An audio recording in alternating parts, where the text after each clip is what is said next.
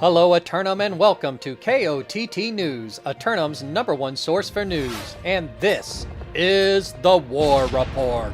Dynamic change in the history of Eternum last night as the Marauders of Meow for Bis capture the rain-drenched mountain region of Morningdale.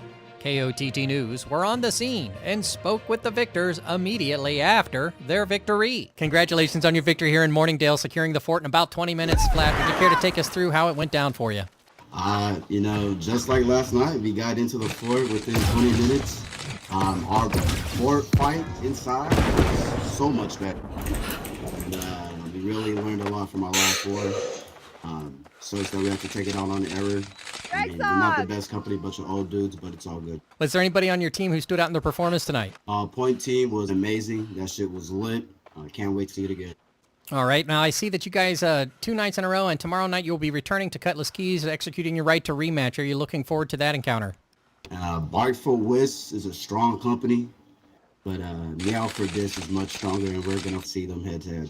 All right, my man. Well, is there anything else you might like to say to the citizens of Eternum in this opportunity? Meow for Dis on top. GG's. Returning to our ongoing coverage of the Season 1 track, last night's card was a lowercase t. Leave a comment below if you've had a T as well. An unfortunate last-minute breach and restless shore last night. Citizens are encouraged to visit the mission boards to assist repair efforts there. Looking at the weather for today, and once the sun finishes taking yet another lap across the Eternum sky, be on the lookout for a 40% chance of corruption invasion forces scattered across the island. 3 roster submissions for Simulated Fantasy Combat Resolution tonight, brought to you by LARPco. Remember, if it isn't LARPco, it's cardboard.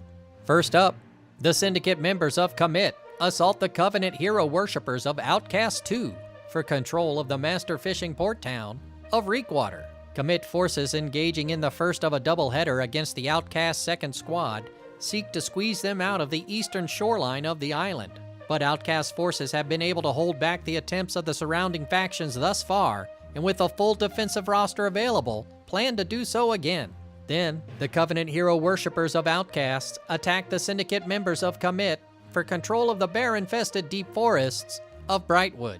Turnabout is fair play, and as such, Outcast forces will run it back in the second fight of the night, attempting to take away Commit's land holdings on the northern edge of controlled Eternum. Commit forces may be tired after pushing earlier in the night, but with timely shot calling and diligent choke management, they plan to preserve their Great House status. In the nightcap, the Marauders of Meow for Bis assail the Syndicate members of Bark for Whis for control of the island's secondary oil reserves of Cutlass Keys.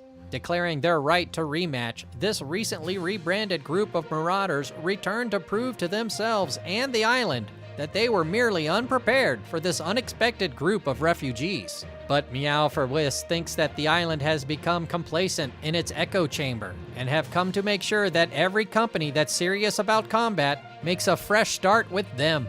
We'll have any late-breaking outcomes and reactions from the citizens tonight at 11. Until then, this has been War Correspondent JChalant, KOTT News.